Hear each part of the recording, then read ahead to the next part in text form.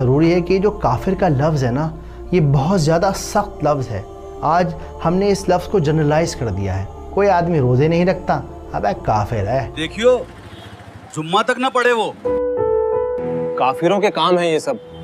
تو دیکھیے، جب آپ قرآن مجید میں کافر کا ڈسکرپشن پڑھیں گے تو آپ حیران رہ جائیں گے۔ Read the descriptions of the kuffar in the Quran. They're jawwal, they're mutakabbir, istakbirun, they're mukhtalun fakhur.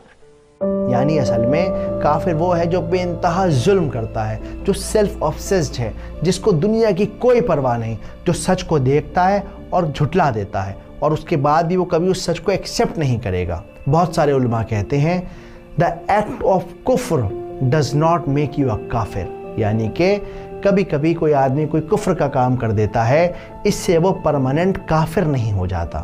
یہ بات بالکل اس طرح سے ہے جیسے بہت سے لوگ جانے انجانے زنا کر بیٹھتے ہیں، بہت سے لوگ کسی کے بہکاوے میں آ کر شراب پی لیتے ہیں، بہت سے لوگ ماں باپ کی بے حرمتی کر دیتے ہیں، آپ کا تو یہی ڈرامہ رہتا ہے۔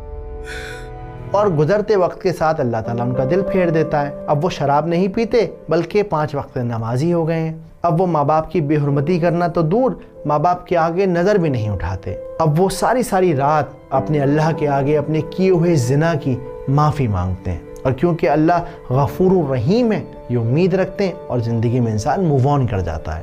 تو کیا اب آپ اسے پرماننٹ زانی کہیں گے یا پرماننٹ شرابی کہہ سکتے ہیں؟ بالکل نہیں، کیونکہ وہ ایک غلطی تھی، ایک گناہ تھا، وہ ہوا اور وہ آگے بڑھ گیا۔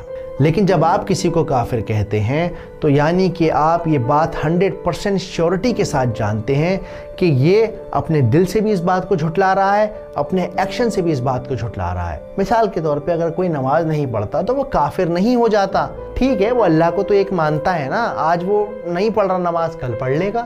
اس لیے کافر جیسے سنگین لفظوں کا استعمال کرنے سے بچیے، کیونکہ چیزیں ہمیشہ سفید یا کالی نہیں ہوتی، بلکہ بلیک اینڈ وائٹ کے درمیان بہت سارے شیڈز ہوتے ہیں۔ دیکھیو جمعہ تک نہ پڑھے وہ، کوئی نہیں، دعا کیا اگر اس کے لیے اللہ ہدایت دے۔ اس کے علاوہ یہ صورت ہمیں اور کیا سکھاتی ہے؟ یہ صورت ہمیں سکھاتی ہے کہ زندگی میں ایسے کئی موقع آئیں گے جہاں پر آپ کو کمپرومائز کرنا پڑ سکتا ہے، لیکن آپ اگر اللہ اور اس کے رسول کو مانتے ہیں تو پھر آپ کمپرومائز نہیں کر سکتے۔